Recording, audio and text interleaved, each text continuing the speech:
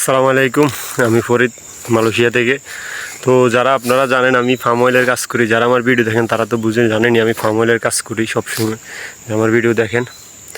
তো আজকে আপনাদের কাছে জিনিস দেখাই। তো আমরা এই বাগানে কাজ করি আপনার 4 জন মানুষ একসাথে। তো আজকে একজন আসে নাই, তো 3 জন আমরা আসছি। তো এই বাগানের গাছের এই দেখেন, একটা গাছ একটু বড়, এটা আবার অনেক ছোটো, এই যে আমার ফিসা লাগানো আছে এটা।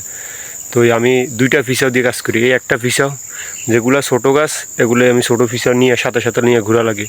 এই আরেকটা ফিসাও আমি এই গাছে আরেকটা ফিসাও রাখছি, কারণ তো আমি যখন বড় গাছ আসে তখন এটা নিয়ে ফল কাটি, যখন ছোটো গাছ আসে 2টা ফিসা একসাথে নিয়ে চলা লাগে। এটা একটা ঝামেলার কাজ। ছোটো বাগানে কাজ করলে একটা ঝামেলা আছে। মনে করেন ছোটো বাগানে কিছু গাছ আছে একটু বেশি মানে বড় হয়ে যায়, কিছু গাছ আছে একবার ছোটোই থাকে। ওই যে মানুষ আছে না, কিছু মানুষ লম্বা হয়ে যায়, কিছু মানুষ খাটো থেকে যায়, এরকম গাছের ক্ষেত্রেও এই গাছ একে লগে লাগানোর গাছ, এই গাছটা খাটো আর এই গাছটা দেখেন কত লম্বা। তখন আমরা 2টা পাইপ নিয়ে ঘোরা লাগে।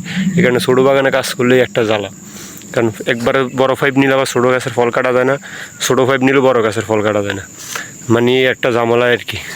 তো দেখেন আমি বড় গাছ থেকে একটা ফল কাটছি, এই যে গাছের গোড়ায় রাখছি, আর ছোটো গাছ থেকে আরেকটা ফল কাটমু, এই যে ছোটো গাছের ফলটা রেখে রাখছি, এখনও কাটি নেই। এই আরেকটা ফল, এই আর কি, মানে এই একটা ছোটো গাছের মানে ফল কাটলে জ্বালা।